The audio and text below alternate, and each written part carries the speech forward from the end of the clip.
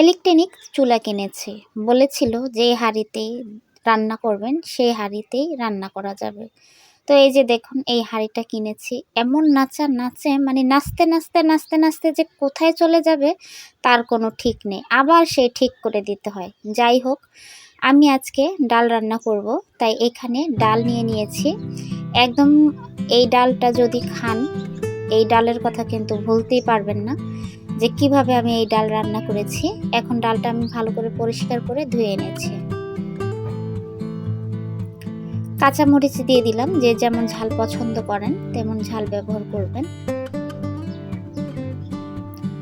Tomato দিয়ে দিলাম একটা।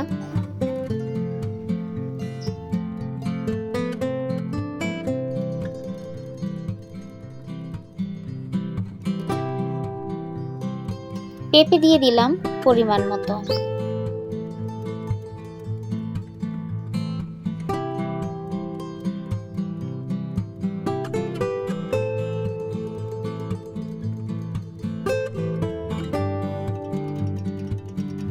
স্বাদ মতো লবণ দিয়ে দিলাম। 1 চিমটির মতো হলুদের গুঁড়া ব্যবহার করেছি। এখানে হলুদ বেশি ব্যবহার করা যাবে না, তাহলে কিন্তু হলুদের একটা গন্ধ আসবে। আর হলুদ অতটা দেওয়ার দরকারও নেই, কারণ এখানে টমেটো ব্যবহার করেছি। টমেটো থেকে কিন্তু অনেক ভালোই কালার চলে আসবে। পরিমাণ মতো পানি দিয়ে দিলাম যাতে পেঁপেটা সিদ্ধ হয়ে যায়।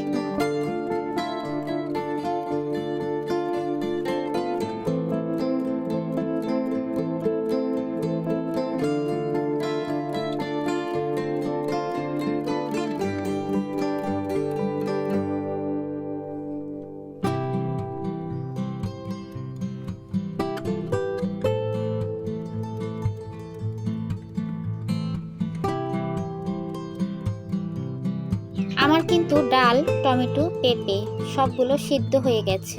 এখন আমি এটা তেলে দিব। কড়াই বসিয়ে দিয়েছি, সর্ষের তেল দিয়ে এই ডালটা আমি তেলে দিব। সর্ষের তেলটা দিয়ে যদি ডালে তেলে দেয় তাহলে কিন্তু খুব সুন্দর ঘ্রাণ আসে, ভালো লাগে খেতে। 3টা শুকনো মরিচ দিয়ে দিলাম আস্ত। এখন আমি শুকনো মরিচটা ভেজে নেব।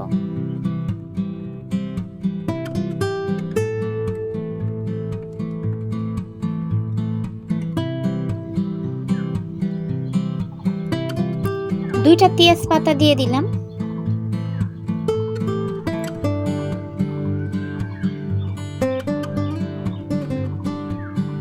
এখানে 5 ফোড়ন আছে আর কয়েকটা জিরা, সেগুলো ভেজে নিব।